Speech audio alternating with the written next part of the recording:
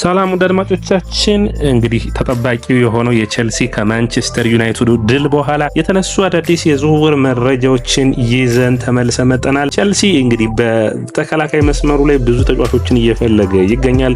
ስለ አማካይ መስመሩ እናወራለን። በተለይ በአጥቂ በኩል ባለፈው ሳምንት አድርሰናችኋል። እንግዲህ በመጨረሻዎቹ ቀናት የተነሱትን የዝውውር መረጃዎች በተከላካይ በኩል እንግዲህ ስለ ቲዮ ሄርናንዴዝ እናወራለን። ቼልሲ ኮሬላን የሚፎካከር የግራ መስመር ተጫዋች ይፈልጋል። ቲዮ ሄርናንዴዝን ለማስፈረም እየጣሩ ነው።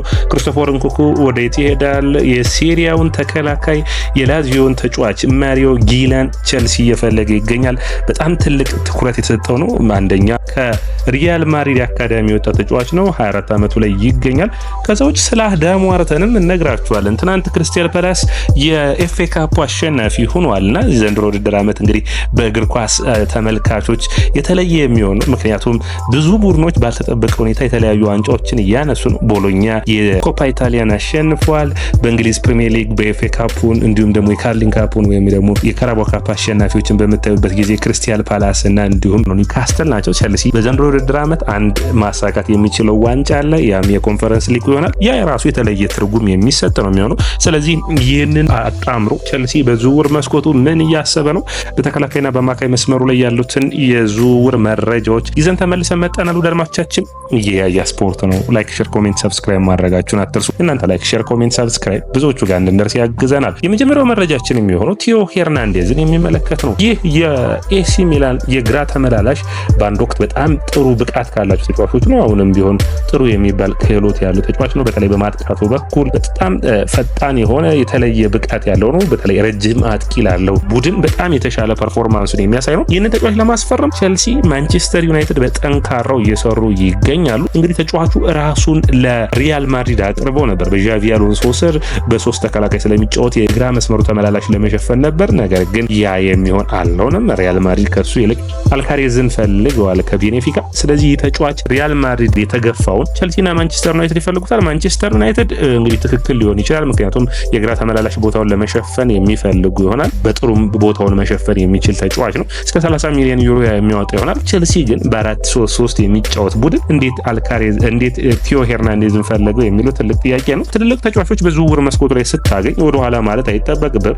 አንደኛ ኮሬላ ጋር በሚገባ መፎካከር የሚችል የተለየ ብቃት ያለው በተለይ በማጥቃቱ በኩል ቼልሲን የሚያግዝ ነው የሚሆነው። ነገር ግን ይህንን የዝውውር መረጃ ትንሽ ታማኝ እንዳይሆን የሚያደርገው የኤንዞ ማሬስካ ጨዋወት በግራ መስመር ላይ ተመላላሽ የሆኑ መስመሩን ጠብቀው የሚጫወቱ ተጫዋቾችን አድናቂ አይደሉም ኤንዞ ማሬስካ። ያ ደግሞ አስቸጋሪ ያደርግባቸዋል። ነገር ግን እንደ ቼልሲ እንደ ኮሬላ ኢንቨርትድ ዊንገር የሚሆን ወደ መስመሮች አጥቅቶ ወደ ቦክሱ ሌት ሆኖ የሚያስቆጥር ነው። ቲዮ ሄርናንዴዝም እንደዚህ አይነት ብቃቶች አሉት። ነገር ግን መስመሩን ጠብቆ በማጥቃቱ ደግሞ የተሻለ ተጫዋች ነው። በ3-4-3 በጣም የተሻለ ነው የሚሆነው።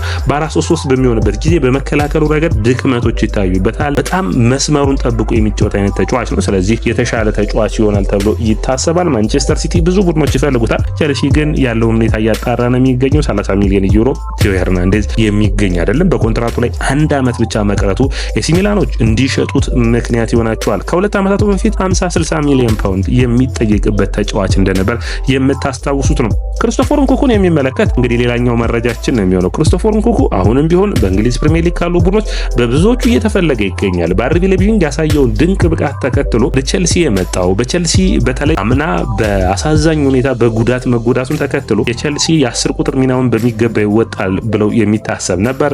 በተለይ በፖቼቲኖ ስር በጣም ብዙ እምነት ነበር። አጥቂም ፎልስ ናይን የሆነ 10 ቁጥርን ቦታ የሚሸፍን ተጫዋች ይሆናል ተብሎ ነበር። ነገር ግን በሱ ጉዳት ተከትሎ ያንን ቦታ በሚገባ የሸፈነው ኮል ፓልመር ነበር። ኮል ፓልመር ይህንን ሁሉ እድል አግኝቷል። ስለዚህ እድሉን አልተጠቀመም። ክሪስቶፈር ንኩኩ በአሁኑ ውድድር ዓመት ደግሞ በኤንዞ ማሬስካ ጨዋታ ውስጥ በ10 ቁጥር ሚና ብዙ የመሰለፍ እድል አይሰጠውም። በመስመሮችና አጥቂ ነው የሚሆነው። ያንን ደግሞ በሚገባ እያከናወነ አይደለም። በዘንድሮው ውድድር ዓመት ምንም እንኳን ደካማ ብቃትን ቢያሳይም በመጀመሪያዎቹ ጊዜያቶች ማለትም እስከ 6 ወር በነበረው ፐርፎርማንስ በኮንፈረንስ ሊጉ ዝቅ ካሉ ቡድኖች ላይ 14 ጎሎችንና 5 አሲስቶችን ማስቆጠሩ የሚታወስ ነው። በአጠቃላይ አሁን አዲስ ፈላጊ ሆኖ የመጣው ቡድን ሊቨርፑል ነው። አርነ ስሎት የዚህ ተጫዋች አድናቂ እንደሆኑ ብዙ መረጃዎች ያሳያሉ። ስለዚህ ቼልሲ ይህንን ተጫዋች ወደ ሊቨርፑል ሊልከው የሚችልበት እድል ይኖራል። ነገር ግን ሊቨርፑል ብቻ አይደለም፣ ባየር ሙኒክ ሊሮን ሳኔን ማጣታቸውን ተከትሎ ይህንን ተጫዋች ለማስፈረም ጥረቶችን እንደሚያደርጉ ይጠበቃል። በጥሩ የዝውውር መስኮት ይህንን ተጫዋችም ለማስፈረም ሞክረው እንደነበር የምታስታውስ ነው። እንግዲህ ሊቨርፑል የፈለገው አንደኛ በትራንዚሽን የሚጫወት ቡድን ነው። ለእንደዚህ አይነት ቡድኖች ደግሞ በጣም ክሪስቶፈር ንኩኩ የሚመች ነው። ለሊቨርፑል በአንዳንዴ የሚያደርጉት ለትራንዚሽን ጨዋታቸው በጣም የሚመች ነው። ከዛው ስቦት ላይ ወደ 8 ቁጥር እንዲመልሱትና ይህንን ተጫዋች በ10 ቁጥር ሚና እንዲያደርጉት የሚያስችል ነው። ጎሎችን ማስቆጠር የሚችል ተጫዋች ስለሆነ በጣም ተመራጭ ነው። እንግዲህ ይህንን ተጫዋች አርሰናልም ይፈልገዋል፣ ማንቸስተር ዩናይትድ ይፈልገዋል፣ ሊቨርፑል ይፈልጉታል። ስለዚህ የነዚህ ሁሉ ቡድኖች ከፍተኛ ፉክክር የሚያደርጉበት ነው የሚሆነው። ከጉዳት ከራቀ በፕሪሚየር ሊጉ ጥሩ ብቃት ካላቸው ተጫዋቾች ውስጥ አንዱ ይሆናል ተብሎ ይታሰባል። ነገር ግን በቼልሲ ያንን ምርጥ ብቃቱን በአርቢ ሌይፕዚግ ያሳየውን ማሳየት አልቻለም። ይህንን ተከትሎ እንግዲህ ቼልሲ ምንም ማድረግ አይችልም። እሱን በመልቀቅ ሌላ የተሻለ ተጫዋችን በዚህ ቦታ ላይ ለማምጣት የሚያስቡ ነው የሚሆኑት። ቼልሲ የተከላካይ መስመሩ እንግዲህ አሁንም ሌላኛውን ተጫዋች ባለፈው ስለ ፌኖርዱ ተከላካይ አውርተን ነበር። የሚፈልጉትን ዝርዝራቸው ውስጥ ያለውን ሌላኛው ተከላካይ በላዚዮ ምርጥ ብቃቱን እያሳየ የሚገኘውን የላዚዮን ተከላካዮች በሚያስገርም ሁኔታ ጥሩ ፐርፎርማንስ እያሳየ የሚገኘውን በኢጎር ቲዩዶር ስር ጥሩ ፐርፎርማንስ ካሳዩ ማሪዮ ጊላን ይፈልጋል። ማሪዮ ጊላ በሪያል ማድሪድ የአካዳሚ ውጤት ነው። የሪያል ማድሪድ የአካዳሚ ውጤቶች ደግሞ ከራሞስ ጊዜ ጀምሮ በጣም አግሬሲቭ የሆኑ በፊዚካል ብቃት ላይ ያተኮረ አይነት አጨዋወትን የሚጠቀሙ አይነት ተከላካዮቹን ሪያል ማድሪዶች የሚያወጡ አሴንሲዮን ማለት ትችላላችሁ። ይህም ማሪዮ ጊላም እንደዚህ አይነት ፐርፎርማንሶችን የሚያሳይ ነው። ነገር ግን ቼልሲ ብቻ አይደለም የዚህ ተጫዋች ፈላጊ። ሪያል ማድሪድ በጣም ከዚህ ተጫዋች ብዙ ነገር እንደሚጠብቅ የምታውቁት 50% ከቀጣይ ሽያጩ ላይ የዚህ ተጫዋች ዝውውር ላይ አስቀምጦበታል። እንግዲህ እዚህ ዝውውር ላይ ኢንተር ሚላን፣ ማንቸስተር ሲቲ፣ ቶተናም እንዲሁም ሮሜሮን የሚያጡ ከሆነ ይፈልጉታል። በጣም አስፈላጊ የሚያደርገው ከላዚዮ ጋር ድርድር የሚያስፈልግ አይሆንም። ከ40 እስከ 45 ሚሊዮን ዩሮ ወይም እስከ 40 ሚሊዮን ፓውንድ ይህንን ተጫዋች ለማስፈረም የሚያስችል ነው። 24 ዓመቱ ላይ የሚገኘው ከዛ ውጭ ኦልሞስት ሜትር ከ80 በምንለው ነው በእኛ አገላለጽ የተሻለ ብቃት ያለው ነው። በጣም ከማን ጋር ይመሳሰላል ካላችሁኝ ቼልሲ ፎፋናን መፎካከር የሚችልና የፎፋናን ቦታ መሸፈን የሚችል ነው። በአጨዋወት ስታይሉ አንደኛ ኳሱን ወደፊት መውሰድ የሚችል ነው። እንደ ፎፋና በሃይላይን በሚጮትበት ጊዜ በፍጥነት የአንድ ለአንድ ግንኙነቶችንም የመከላከል አቅም አለው። የሰውነት አቋቋሙ ወይም ደግሞ ሎ ሴንትራል ግራቪቲ የምንለው ዝቅ ብሎ ኳሱን በሚከላከልበት ጊዜ ሰውነቱን ይዞ የሚቆምበት ታከል ለመውረድ በጣም ዝግጁ የሆነ በቼልሲ ተከላካዮች ዘንድ የማታዩት የአግሬሲቭ አይነት ብቃት አለው። ያ የሚያስፈልግ ነው የሚሆነው። ቼልሲ እንግዲህ ዲኒ ሁሰንን በሪያል ማድሪድ መቀማታቸውን ተከትሎ የዚህ ልጅ ሚና የተለየ ሆኖ ሊወጣ የሚችል ነው የሚሆነው። ቼልሲ እንግዲህ በዝውውር መስኮቱ ላይ ሁለት ተከላካዮችን የማስፈረም ዕድል ይኖራቸዋል ብዬ አስባለሁ። የባዲያሽል ቶሲነ ድራባዮ እንዲሁም ደግሞ ዴሳሲ የሚለቁ ይሆናል። እነዚህን ተጫዋቾች ለመተካት እንግዲህ ቡድኑ ውስጥ ቻሎባ የሚቀጥል ከሆነ ኮልዌል፣ ፎፋና፣ ከስትራስቡርግ የሚመጣው መመዱ ሳር የዚህ የተከላካይ መስመሩን የሚሸፍን ይሆናል። አቺምፖንግም አለ። ይህ ታዳጊ ተከላካይ አንሲልሞንም መርሳት የለብንም። ነገር ግን አንሲልሞ በውሰት ወደ ሌላ ቡድን እንደሚሄድ የሚጠበቅ ነው የሚሆነው። ስለዚህ ቼልሲዎች ማርክ ጉይን የሚያመጡ ከሆነና አንድ ደግሞ እንደዚህ አይነት ማሪዮ ጊላን የሚያመጡ ከሆነ እንደ አቺምፖንግ ያሉ ተጫዋቾች በውሰት የመጣት ዕድል ሊኖራቸው ይችላል። ቼልሲና የአማካይ መስመሩ እንግዲህ በክረምቱ የዝውውር መስኮት ሊታሰብበት የሚጠበቁ ነው ይታየኛል። አንደኛ ቼልሲ በሚገባ በሚባል ሁኔታ